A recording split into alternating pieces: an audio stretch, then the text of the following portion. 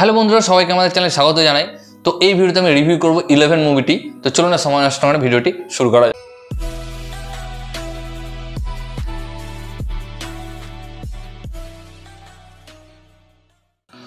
তো এই সিনেমাটি ডাইরেক্ট করেছেন লোকেশ আজুলস। তো লোকেশ আমরা নামটা শুনলেই আমাদের মনে একটা নামই চলে আসে ব্রেনের ভেতর, লোকেশ কানাকরাজ। দুর্দান্ত একজন ডাইরেক্টর ছিল আমি ভাবতাম, এখন জানি না কি হয়েছে। তো যাই হোক, তো এই যে 11 সিনেমাটা রয়েছে, এই সিনেমাটা মিক্সড রিভিউ পেয়েছিল, বক্স অফিসেও তেমন কিছু করতে পারেনি। তবে এই সিনেমাটা যখন ওটিটিতে এসেছিল একটা দারুণ বাজ ক্রিয়েট করেছিল। কারণ আমরা থ্রিলার মানেই জানি, যখনই আমরা থ্রিলার কথাটা মাথায় আসে, বাঙালির মধ্যে তো একটা থ্রিলার রয়েছেই, প্লাস যখন থ্রিলার ব্যাপারটা আসে তখনই আমরা একটা ইন্ডাস্ট্রিকেই চিনি, সেটা হচ্ছে মালায়ালাম ইন্ডাস্ট্রি। তো থ্রিলার তারা দুর্দান্ত বানায়। আর থ্রিলারের নাম শুনলেই আমরা প্রথমেই আমাদের দৃশ্যম মনে আসে, কিংবা মনে আসে রাক্ষাসন বা রাক্ষাসন যাকে বলছে এই সিনেমাটা।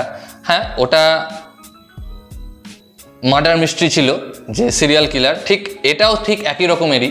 এটা যখন দেখবেন, অর্থাৎ 11 সিনেমাটা যখন দেখবেন, রাক্ষাসন সিনেমাটার কথাই আপনার মাথায় আসবে। কারণ ঠিক সেই রকমই সিরিয়াল কিলার নিয়ে একটা সিনেমা, যে একটা সিরিয়াল কিলারের পেছনে একটা পুলিশ অফিসার ধাওয়া করছে আর কি, কেস সলভ করার চেষ্টা করছে। তো এই পুলিশ অফিসারের রোলটা করেছেন নবীন চন্দ্র, যাকে আমরা অনেক সাউথ সিনেমায় দেখেছি। তিনি বেশিরভাগই ভিলেনের অ্যাক্টিংই করেন সাউথ সিনেমায়, তো খুব কমই তাকে নায়কের বা প্রোটাগনিস্টের অ্যাক্টিংয়ে দেখতে পাই।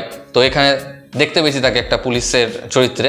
তো সত্যি কথা বলতে এই সিনেমাটা নিয়ে আমার অত এক্সপেকটেশন ছিল না, যদিও আমি রিভিউ দেখেছিলাম এর আগে যে দারুণ সিনেমা করেছে, সবাই একবার দেখো। হ্যাঁ, বাট আমি যখন সিনেমাটা দেখছিলাম আমার সেই রকম ফিলটা আসছিল না যে হ্যাঁ, যে রাক্ষসনের মতো হচ্ছে না, কিংবা থ্রিল আসছে না ব্যাপারটা। হ্যাঁ, গল্প প্লটটা ভালো, গল্পটা বেশ ভালোই তৈরি করেছে, বাট ফিলটা আসছিল না। বাট একটা কথা বলবো, একটা সিনে আমি পুরো সিট থেকে উঠে গেছিলাম, সেটা হচ্ছে লাস্টের যে ক্লাইম্যাক্স রয়েছে, ক্লাইম্যাক্সটা দারুণ করেছে। ক্লাইম্যাক্সটা দেখার জন্য আমি বলবো সিনেমাটা দেখুন।